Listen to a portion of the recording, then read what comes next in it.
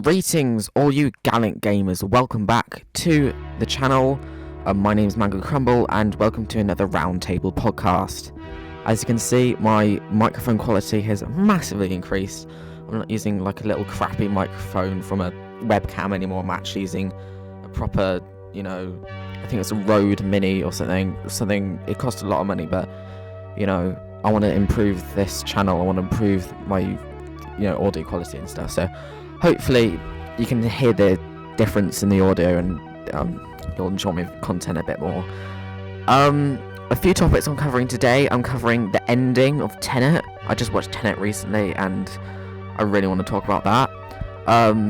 I've started Resident Evil 2 on stream. I've also done AC2, but I've already played that, so I've got some questions for RE2. I've got a Terraria server I want to talk about, and I think that's pretty much it. So let's get into TENET ending. So if you don't want to be spoiled for TENET, it's quite a recent film, please click off now, because you will be thoroughly spoiled throughout the whole film, and it's a good film, so I recommend you watch it. Okay, firstly, wow, what an ending. So basically, time is weird in this film. It's sort of a time travel film, but not really, because at the end, Neil, who played by Rob Pattinson, said that his timeline is like an opposite direction of the protagonist's, who doesn't actually have a name, and the protagonist creates TENET in the future, but Neil always go back in time, so his timeline is going in opposite directions.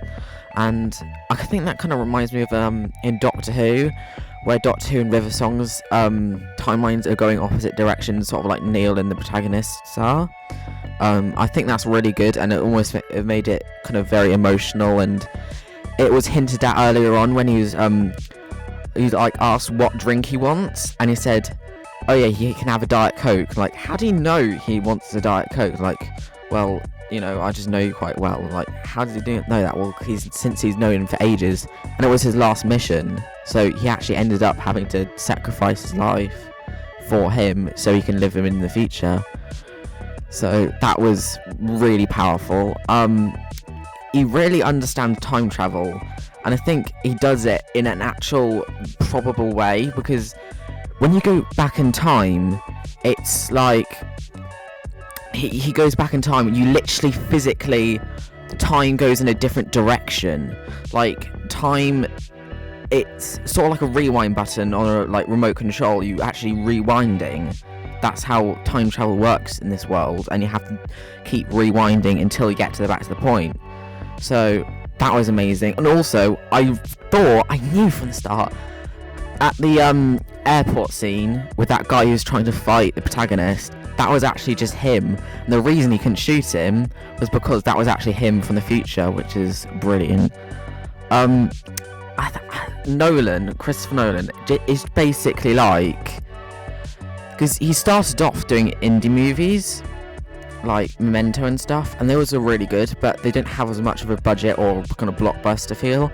And it's like Nolan is like an indie filmmaker with a massive budget, and he can do whatever he wants, which is just brilliant. I think that's what makes him one of the best directors out there at the moment, because he can just do whatever he wants, and he can get across some really, weird stuff.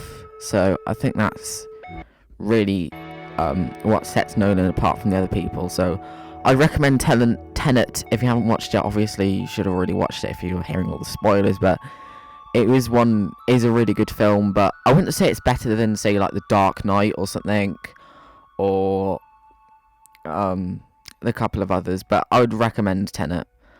Okay, finish the spoilers now for TENET, so you can keep watching. Right, games I'm playing. Resident Evil 2. Right, God, that was a bit close. I'm really confused. I got a lot of questions about the kind of place, because there's always questions around the corner and very little answers, and you always get fed information. You get a little bit back. It's like there's so many. I think you call it in English, you call it a narrative enigma, of when you're missing stuff. So there's so many enigmas about what the place actually is. Why is a police station built on a museum? What? It's so weird. And like, first of all, why is the outbreak even happening? I mean, it's only in a sort of the Raccoon City area and stuff, and why is it even happening? Everything feels like it has a purpose and something to do with this police station, and I think that's what makes it just so interesting. And also, like, I think the protagonist, what I've seen with the protagonist, Leon, he's kind of very relatable in the sense that he's quite young and inexperienced and stuff. It's like his first mission, and he just thrusts into it. It's almost a bit like Die Hard, where like John McClane it's his first time and he doesn't really know what he's doing. He's not become like a hardened badass yet. So Leon is a good character in that kind of sense, and he's quite vulnerable, and like, he's not just an action protagonist guy, which is kind of good. What else do I have to say? Yeah, I've got the key. I've got the key to the, what do you call it? The ace thing. The keys, and you have to get through certain areas in the game with like certain keys and stuff. And I want to get the shotgun, because there's a shotgun in this box thing. That'll look like it'll be much more effective than the pistol against like zombies and stuff. So, yeah, and it's so terrifying. Like, it's probably the scariest zombie game I've ever played, because zombies don't really seem that scary to me usually, because they're just dead people who are reanimated and just walk about and not really that threatening. But when you're in a dark, enclosed area with a bunch of dead people who used to actually work there, which is kind of creepy, and always coming after you, and you don't know, and you're never safe, you're always on the edge, and that's just brilliant. That's actual survival horror, proper good gameplay.